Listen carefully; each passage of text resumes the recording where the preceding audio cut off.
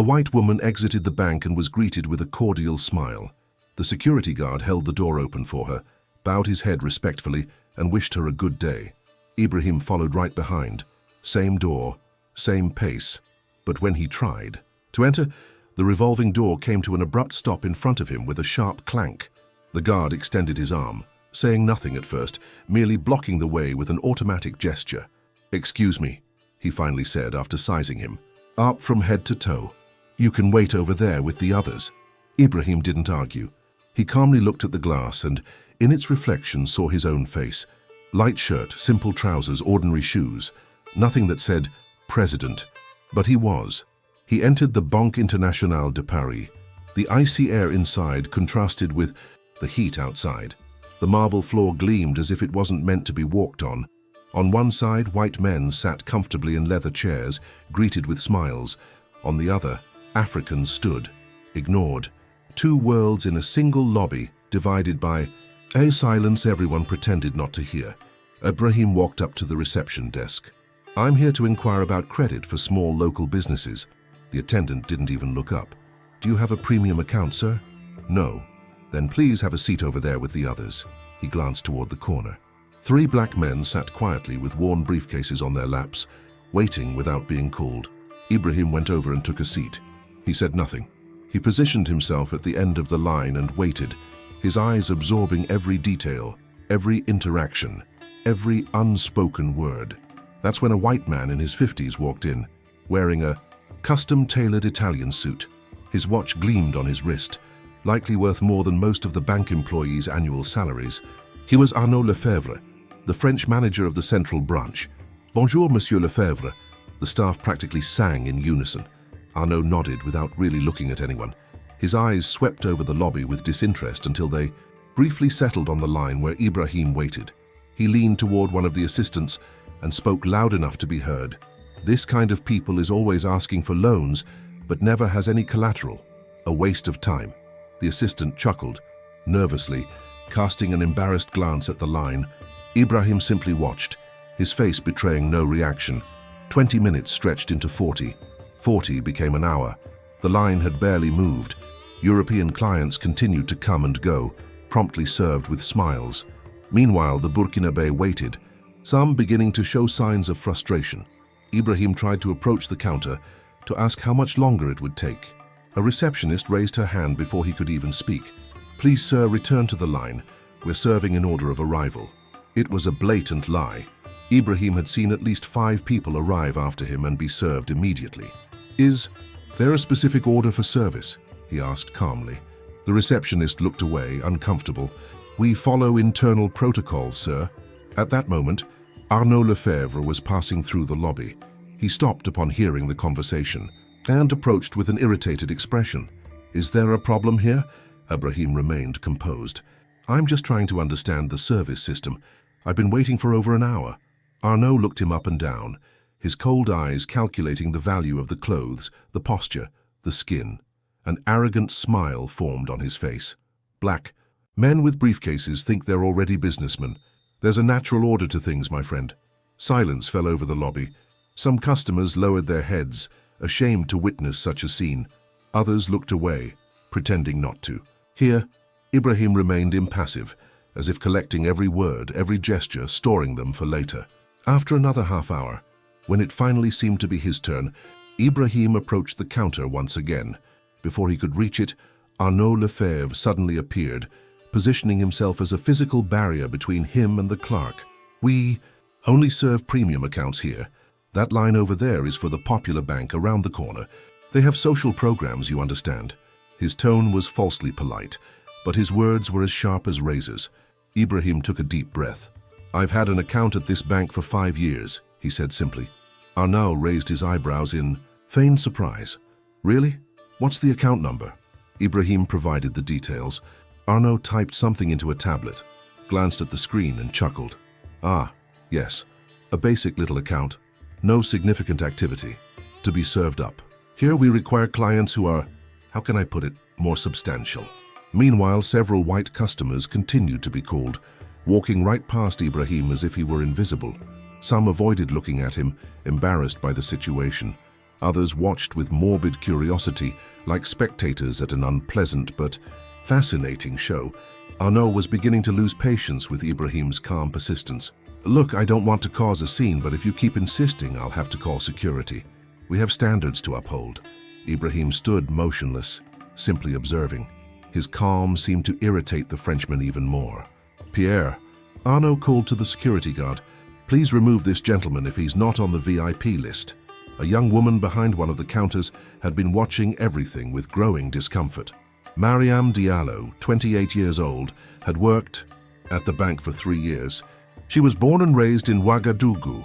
Something about this man seemed strangely familiar. Was it his stance, his calm yet piercing gaze? She couldn't quite place it, but she was certain she had seen him before.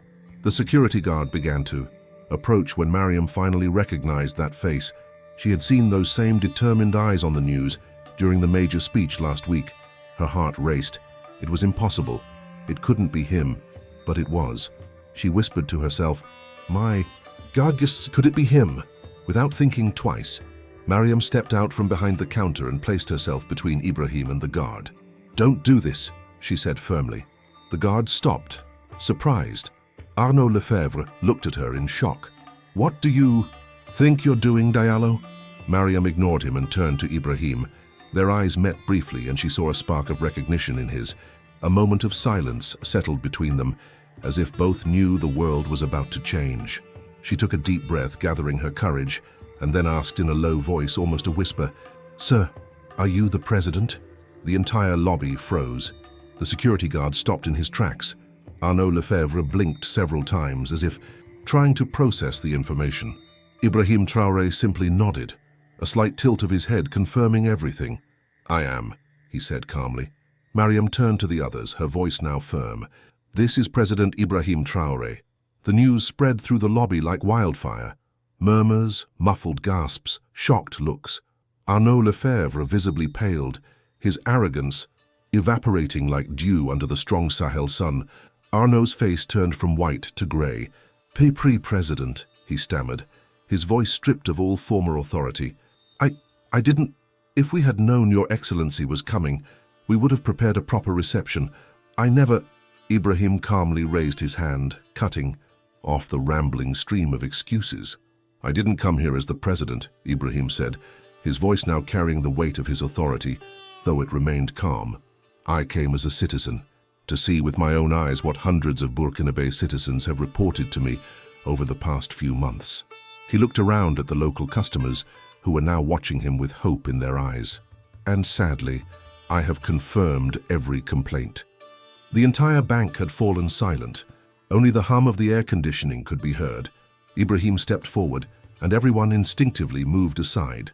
"And now," he continued, looking directly at Arnaud, "let's talk about discrimination." With a calm gesture, Ibrahim asked everyone present to stay. "This is not a private spectacle," he said. "What happened here today is not an isolated incident. It's a systematic pattern that needs to be exposed." He turned to Arnaud Lefebvre. "I demand your immediate resignation and a full investigation into this bank's practices." Arnaud tried to regain his composure. "Mr. President, there has been a misunderstanding. We greatly value our Burkinabe clients." "I assure you," Ibrahim interrupted again, his voice now carrying a steel edge beneath the calm surface. "This bank operates on African soil, yet still behaves like a colony. That ends today." Someone had already alerted the bank's headquarters. Within 20 minutes, the regional director, Mr. Moreau, hurried into the lobby. He wore a flawless suit, but his face clearly showed signs of panic. "Your Excellency," he began, extending his hand. "On behalf of Banque Internationale at Paris, I offer my sincerest apologies for any—" "I'm not interested in diplomatic apologies," Ibrahim cut in. "I'm interested in concrete actions." He pulled out some documents from his briefcase. "Here is a detailed analysis of the past 5 years of this bank's operations. Loan approvals for local entrepreneurs versus foreigners. Differences in interest rates. Waiting times for service. Everything documented, everything verified." Moreau took the papers with trembling hands. "Mr. President, if there are discrepancies, I assure you they will be corrected immediately." Ibrahim nodded. "Yes, they will, under new management." He turned to Mariam, who stood nearby, still shocked by the unfolding events. "Miss Diallo, correct?" Mariam nodded nervously. "Yes, Mr. President." Ibrahim smiled for the first time since entering the bank. "You have shown courage and integrity, rare qualities these days, especially in institutions like this." He turned back to Moreau. "Miss Diallo will assume the role of interim branch manager until a full restructuring is implemented." Moreau began to protest, but Ibrahim's gaze silenced him. "This is not a suggestion, Mr. Moreau. It is a condition for your bank to continue operating in Burkina Faso." He pointed to Arnaud Lefebvre, who seemed to have aged 10 years in the last few minutes. "As for him, I want him out of the country immediately. His presence is no longer welcome." The Burkinabe customers watching began to applaud. Some even whistled as the bank's own security escorted Arnaud out, his former arrogance replaced by a sickly pallor. As he passed through the door, several customers shouted at him, years of silent humiliation finally finding a voice. The next day, Ibrahim Traoré made a national address. Standing before the cameras, but with the same simplicity that defined him, he recounted his experience. "Yesterday, I did not go as the president. I went as any one of you, and I saw what many experience daily." Security camera footage from the bank was already circulating on social media, showing the blatant discrimination and then the moment of recognition. "Starting today," he announced, "all banks operating in our country must implement new inclusive credit policies. We will establish minimum quotas for financing local entrepreneurs. We will create a direct channel for reporting discrimination. And most importantly, we will ensure that no citizen of Burkina Faso is treated as inferior in their own land." Meanwhile, in France, the bank's headquarters faced an unprecedented public relations crisis. The video of the president's humiliation went viral globally. Respect for Burkina Faso and boycott the bank became trending topics. Within 48 hours, the institution's stock value plummeted 17%. Other African nations began questioning the practices of French banks operating in their territories. A week later, Mariam Diallo personally oversaw the implementation of the new policies. A single queue now ensured that everyone was served in order of arrival, regardless of skin color or account size.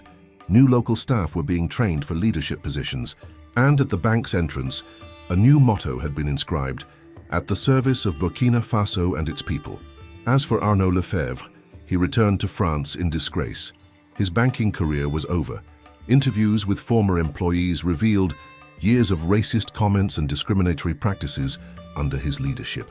He became an international symbol of corporate colonialism that refused to die. In his office at the presidential palace, Ibrahim Traoré reviewed reports on the changes taking place in the country's financial system. As he read the documents, a small smile formed on his face. It was not a smile of triumph or revenge. It was the smile of someone who had planted a seed and was beginning to see the first sprouts. In the final report, a small detail caught his attention. Loan approvals for local entrepreneurs had already increased by 40% in just 1 week. Families who had never been able to secure financing were finally getting a chance. Small businesses were beginning to flourish. It was only the beginning, but it was already change. In a final interview about the incident, a journalist asked if he regretted facing such humiliation. Ibrahim Traoré looked out the window at the city he loved so much before replying, "The humiliation wasn't in how they treated me. It was in how they treated my people every day, believing no one important was watching." He turned to the camera, his eyes conveying a message more powerful than any words. "The color of your skin does not define your worth, but it does define who still needs to learn what respect truly means." If this story moved you, subscribe to the channel for more real and emotional stories like this, and in the comments tell us, what would you do if you were in his place?